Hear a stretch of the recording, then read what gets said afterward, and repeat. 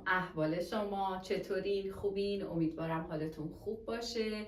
ویدیوهای قبلی رو دیده باشید. در ادامه ویدیو قبلی ما یه سری سوال امروز نوشتیم که درس جلسه قبل که راجع به تغییر فاز ماده از حالت جامد به مایع بود رو بهتر به شما تفهیم کنیم و این درس رو کاملا برای شما جا بندازیم. پس اگر ویدیوی قبلی رو ندیدید حتما اون رو نگاه کنین و بعد بیایید سراغ حل مسئله هایی که مربوط به ویدیوی قبلیه که درس امروز ماست. همونطور که میبینین 3 تا مسئله پای تخته نوشتم. میخوایم اینو براتون توضیح کامل بدیم و درس رو کاری کنیم که به خوبی شما یاد بگیرید. از اینکه با لایک و کامنت و سابسکرایبتون ما رو حمایت میکنین خیلی خیلی ازتون ممنونم و امیدوارم ما رو به دوستاتون اگه راضی بودین معرفی کنید. بریم سراغ درس امروزمون. مثال 1 البته بهتون بگم قبلش که همه اینا بچه‌ها مثال‌هایی مرتبط با کتاب درسیه. شاید بعضیاش یه تغییرات کوچیکی داشته باشه و بعضیاش هم حتی هیچ تغییری توش نداده باشم، چون مبنای همه در واقع آزمون‌ها کتاب درسیه. بر این اساس ما کار می‌کنیم. تو مثال 1 میگه یک جواهرساز نیم کیلوگرم نقره رو با دمای اولیه 20 درجه میخواد ذوب کنه توی قالب بریزه. ببینیم که برای این کار باید چقدر به این نقره گرما بده. پس کار ما اینه که مقدار گرمای لازم برای ذوب نقره رو پیدا کنیم. خب 2 تا نکته اینجا هست. همونطور که تو ویدیوی قبلی گفتم گاهی لازمه که ما از 2 طریق مقدار گرما رو پیدا کنیم. اگه خاطرتون باشه یکیش اینه که ما باید اول نقره رو به دما یا نقطه ذوبش برسونیم، یعنی انقدر بهش گرما بدیم دماشو هی بالا و بالاتر ببریم برسونیمش به نقطه ذوب. وقتی حالا رسید به نقطه ذوب باز ما به کار گرما دادن باید ادامه بدیم که این حالا از حالت جامد به مایع بره. پس ما 2 تا فرآیند اینجا داریم. یکی این که نقره‌ای که گفته ابتدا دماش 20 درجه است، حتما اینا رو شما هم مثل من هر بار بنویسین و فرآیندها رو برای خودتون با یه فلش مشخص کنین. نقره 20 درجه رو اول باید برسونیم به نقره‌ای که در نقطه ذوبش قرار داره. مسئله به شما گفته نقطه ذوب نقره 960 درجه است، یعنی برای اینکه نقره ذوب بشه باید دماش به چقدر برسه؟ 960. پس اول من تغییر دما دارم، یعنی از دمای 20 درجه نقره رو باید برسونم به 960. حتما باید بهش گرما بدم. این فرآیند گرماگیره، یعنی کیو حتما مثبته. اینو میذاریم کیو 1، یعنی فرآیند اوله. وقتی رسید به نقره 960 درجه سلسیوس یا سانتیگراد، حالا گرمایی که بهش میدید صرف ذوب شدنش میشه، دیگه دما ثابته و تغییر نمیکنه. حالا تبدیل میشه به نقره مایع 960 درجه، یعنی اینجا نقرمون جامد بود و بعد از دادن گرمای Q2 که بازم یه فرآیند گرماگیره، این از حالت جامد به حالت چی میرسه؟ مایع. پس اگه بخوایم کل گرما رو محاسبه کنیم ما 2 تا گرمای Q1 و Q2 مطمئنا باید با هم جمع کنیم. گرمای Q1 به دلیل تغییر دما از فرمول MC دلتا تتا یا تتا 2 منهای تتا 1 به دست میاد. اما گرمای Q2 ما چون فقط دما ثابته و فقط داره حالت ماده عوض میشه یا اصطلاحاً تغییر فاز میده مادهمون و از جامد به مایع میره، میشه مثبت MLF، یعنی فرآیند ذوب داره صورت میگیره. خب حالا دیگه جاگذاری میشه تو این مسئله، یعنی کیو کلی که قراره پیدا کنم میگم نیم کیلوگرم نقره بوده جرمش. گرمای ویژه نقره رو بچه ها حتما باید داشته باشید که هست 236. خب من نگاه کنید توی این فرآیند، برای همین میگم فرآیند رو حتما بنویسید. حتما باید دمای ثانویه رو منهای دمای اولیه بکنم، یعنی 960 رو منهای 20 بکنم و هر چقدر شد یعنی میشه 940 باید توی اینا ضرب بشه.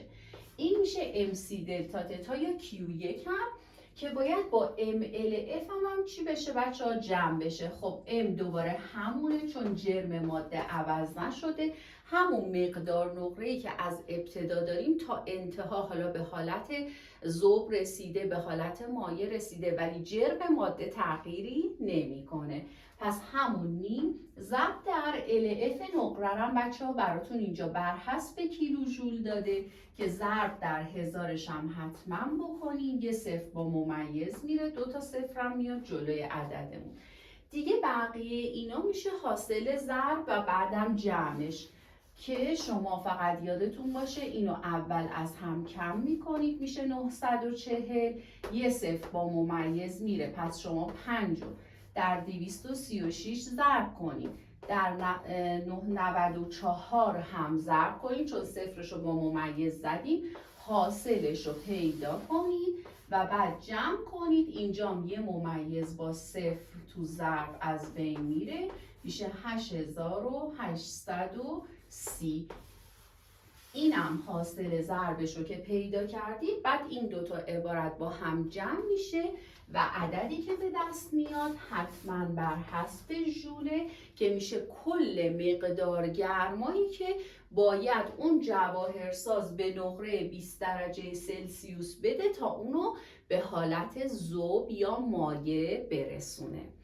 این شد مثال اول. پس حواسمون هست ما یه تغییر دما داریم، یه تغییر فاز داریم، جمع اینا میشه کیو کله. حالا بریم سراغ مثال دو. مثال دو خیلی شبیه اینه ولی یه تفاوتی داره. گفته کمترین گرمای لازم. اولا به کلمه کمترین باید توجه کنید. برای ذوب کامل 200 گرم طلا که در ابتدا دماش 10 درجه است چقدره؟ خب من اول میگم که طلا رو قرار ذوب کنم. عین همین میگم طلا دمای اولیه‌شو داده 10، پس طلای 10 درجه باید برسه به طلایی که در نقطه ذوبشه. خب نقطه ذوب طلا چقدره بچه‌ها؟ 1064 می‌نویسم. طلای 10 درجه باید برسه به طلای 1064 درجه و بعد از اون حالا اینجا طلای من جامده برسه به حالت مایع، یعنی طلای مایعی که تو همون دمای نقطه ذوبشه. از اونجایی که به من گفته کمترین، دیگه اینجا توقف میدم، نمیام ادامه کار بدم، یعنی گرما رو همینجا دیگه شما وقتی اینو به حالت مایع رسوندین متوقف میکنیم و دیگه بهش گرما نمیدیم چون حداقل مینیمم یا کمترین رو خواسته. اگر به شما بگه بیشترین، شما باید اینو ادامه بدید فرایندش رو تا برسید به نقطه جوش، یعنی وقتی به نقطه جوش برسه میشه بیشترین گرمایی که هنوز در حالت چیه؟ مایع است، ولی چون میگه کمترین تو همون نقطه ذوب اینو تمومش میکنیم. خب پس عین قبل شد. یک Q1 اینجا داریم برای طلا، یک Q2 اینجا داریم. Q1مون باید با Q2 جمع بشه Q کل و از اونجایی که Q1 فقط صرف تغییر دما شده دوباره از فرمول MC تتا 2 منهای تتا 1 به دست میاد و Q2 هم صرف ذوب شدن طلا از حالت جامد به مایع است، پس میشه M در LF. به این ترتیب Q ما میشه چی؟ گفته بود 200 گرم نقره. گرم واحد اصلی ما نیست، تقسیم بر 1000 میکنیم 0.2. گرمای ویژه نقره رو حتما بچه‌ها باید داشته باشید، اینجا قرار بدید. تتای 2 دمای ثانویه میشه 1064 منهای دمای اولیه که 10 و دوباره جرم. باز ببینید بچه‌ها جرم هیچ تغییری نمیکنه، همون 200 گرم یا 0.2 که از اول داشتیم اینجام داریم نقطه ذوبشم یا گرمای نهان ذوبش رو داده 64.5 کیلوژول بر کیلوگرم که ضرب در 1000 میکنین، یه صفر با ممیز میره، 2 صفر میاد جلوی عدد. این گرمای ویژه طلا رو از جدول پیدا کنین، این دوتا عدد رو از هم کم کنین که میشه 1054 در 2 ضرب در 30 طلا که از جدول پیدا میکنین، همه رو با هم ضرب کنین. اینم دوتا عددتون 2 در 6450 ضرب کنین، یه صفر رو با ممیز بزنین. مقدار کل این میشه گرمایی که لازمه که برای ذوب کامل یه طلایی که اندازه جرمش 200 گرمه بهش داده بشه. گفتیم چون کلمه کمترین گفته ما در همینجا فرآیند رو متوقف کردیم، یعنی دیگه QC نداریم. اگر شما میخواستید بیشترین مقدار رو پیدا کنین، یک QC هم بود که حالا اونو تا نقطه جوش طلا شما باید ادامه میدادید. اینم از این. شما حتما خودتون اینا رو دوباره حل کنین، جوابا رو اگه بر من کامنت کنین که خیلی هم منو خوشحال میکنین، میفهمم که چقدر شما توی مسیر با من همراهین. اما بریم مثال 3.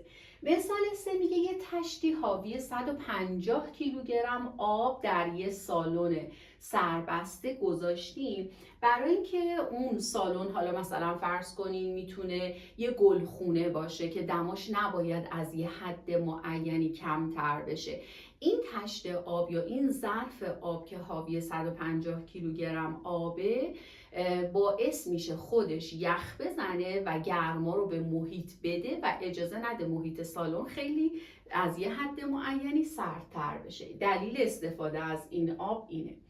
میگه فرض کنید دمای اولیش 20 درجه باشه و همه اون آب یخ بزنه. حالا میخوایم ببینیم آب چقدر گرما به محیط داده. اولا تفاوت این مثال با دوتا مثال قبلی اینه که اینجا گرما داره، فرآیند گرمادهه، گرما داره داده میشه، یعنی اینکه دما داره پایین میاد و برخلاف این دوتا که ذوب، عمل ذوب، فرآیند ذوب داشت انجام میشد، اینجا میشه فرآیند انجماد، یعنی 150 کیلوگرم آب داره تبدیل میشه به یخ 0 درجه. خب بیایم بنویسیم. میگیم ما آب دمای اولیش رو داده 20 درجه. اول باید آب 20 درجه به آب 0 برسه، چون شماها میدونید نقطه انجماد آب 0 درجه است. در 0 درجه آب یخ میزنه یا منجمد میشه و یخ 0 هم فرآیند بعدیه. پس آب 20 به آب 0 کیو 1، آب 0 به یخ 0 میشه چی بچه ها؟ کیو 2. حالا کل گرمایی که داده میشه به محیط جمع این دوتاست. دوباره طبق همین سوالایی که حل کردیم میگیم کیو کل میشه جمع کیو 1 به علاوه کیو 2. من کیو کل رو میخوام، اینجا دوباره تغییر دما دارم از 20 به 0، پس میشه MC تتای 2 منهای تتای 1.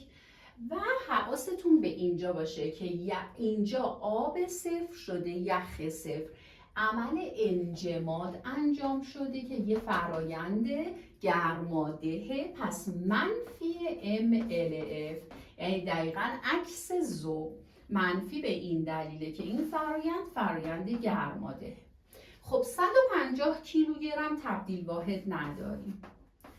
آب بچه ها، آب به طور تقریبی، حالا من نمیام دقیقش رو بذارم، تقریبی 4200 میذاریم گرمای ویژه آب.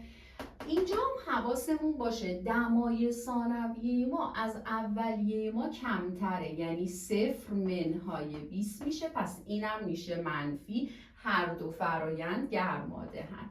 منهای باز همون جرم 150 در LF آب که شما باید در واقع برای آب 0 حتما نقطه ذوبش رو داشته باشید و اینجا قرار بدید، LF رو بذارید. خب من میام مینویسم 150 ضرب در 4200، این که میشه منفی 20، منفیشو اینجا میذارم، در 20 هم ضرب میکنم. 150 هم حتما بچه ها گرمای نهان ذوب یخ 0 درجه رو شما باید پیدا کنید و اینجا قرار بدید. اگه من اشتباه نکنم 337 باید باشه. باز اینو حاصلش رو پیدا کنید، این هم حاصلش رو پیدا کنید. 2 تا عدد منفی با هم جمع میشه، کیو کل شما میشه منفی مجموع این 2 تا عبارت که شما حاصلش رو حتما حساب میکنید. من خواستم بچه‌ها توی این مثال ها تفاوت ذوب و انجماد رو به شما نشون بدم. این در واقع حل این مسئله ها هدفش این بود. شما خودتون حتما مثال های مشابه این و خود اینها رو دوباره بنویسید، حل کنید و توی کامنتاتون برای من بنویسید که نیاز به حل چه مسئله هایی رو بیشتر دارید. ممنونم. خدا نگهدار.